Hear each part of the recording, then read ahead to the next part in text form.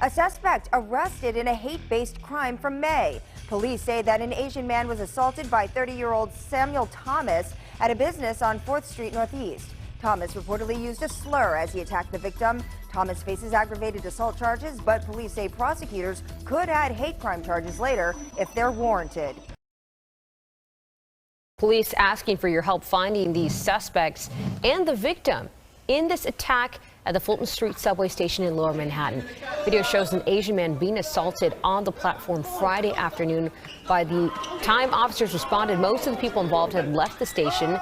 The NYPD's Hate Crime Task Force is also investigating this case. If you have any information, please, you're asked to call Crime Stoppers at 800-577-TIPS. Terrible, terrible, terrible, terrible.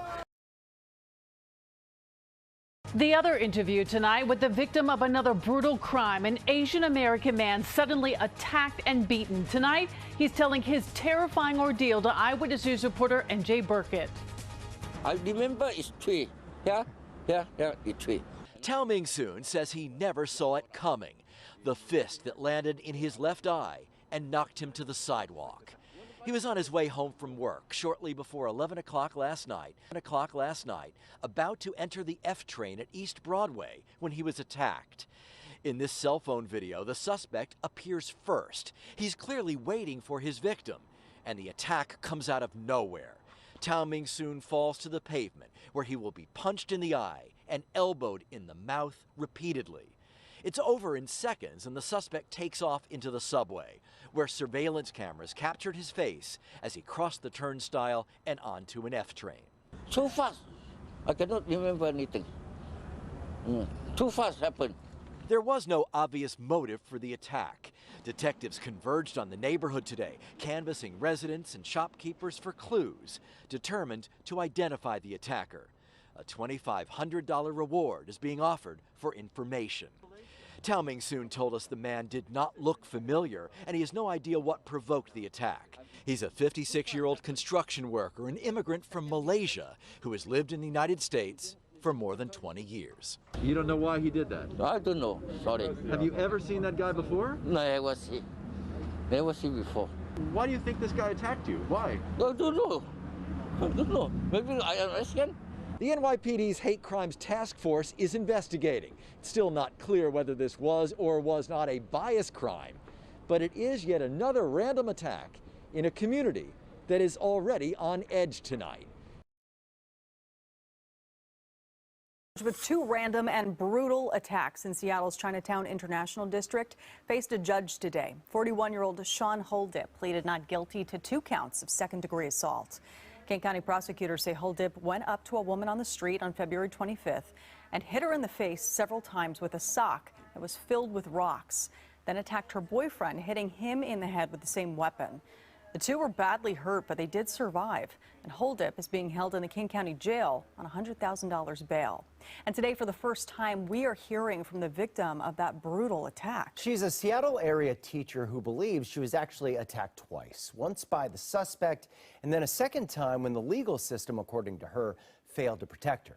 Q13's Jennifer Lee live in the newsroom for us. And Jen, we understand this case is not being prosecuted as a hate crime at this point. No, it isn't, but Noriko Nasu strongly believes she's a survivor of a hate crime. Today, she was clear in expressing how she feels ignored and wants action taken for justice. On February 25th, I was attacked by a stranger in Chinatown in Seattle. For the first time, in her own words, Noriko Nasu recalls the painful day she was brutally attacked. He followed me and struck me in the face with what looked like a rock in a sock. He knocked me unconscious, leaving me with fractures in the nose and cheek, broken teeth, and a concussion. Police say not.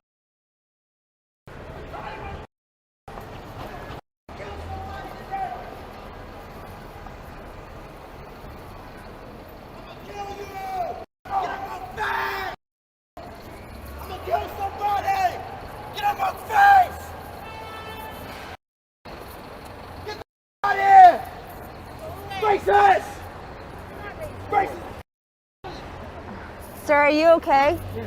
Do you want me to call the police? No, it's okay. No, I mean, he hurt you. He pushed you against the window. Are you okay? Yeah, I'm okay. Call 911 right now. Call 911. I got it. Are you okay? Yeah, I'm okay. Did he hit you? His head against The window. wall of the window. Are you okay? Yeah, I'm okay.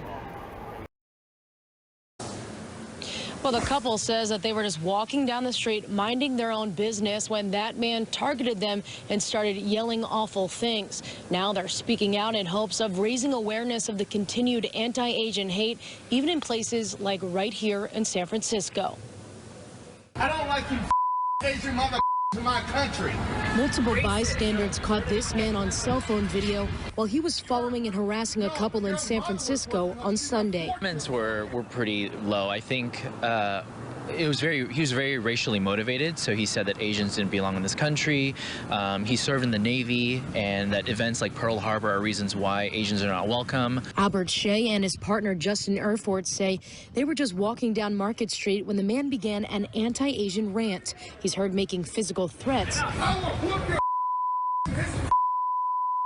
and even making comments about their mothers. Your mother's trash. Short name's the proper hotel. Your mother's trash. And I don't like you. Threatening both of us and telling us he's going to kick our ass. Asian mother my country. Being a San Francisco native, it's disappointing. I'm angry. I've been here for over 3 decades, and I love the city a lot. But I didn't expect it. I know that San Francisco is better than that. And the attacker, honestly, we just didn't expect it. We were kind of minding our own business, walking on Market Street, and we never got any indication that he was going to react the way he did. Shea and Erfurt say they're concerned about the continued anti-Asian hate and attacks and want to raise awareness for others to stay vigilant. The city needs to be doing more to address the systemic problem that is, the root cause of all of this stuff, and I'm not seeing it. I think it's less about us coming forth and more just to share as an example to, it can happen to anybody. Best-selling author and one of the most sought-after opinion leaders in the world, Douglas Murray. Douglas, let's start in New York, where you live. I want to play you some footage from the subway. First bit of footage, we're seeing 2 men assaulting an Asian man, absolutely just disgusting levels of violence.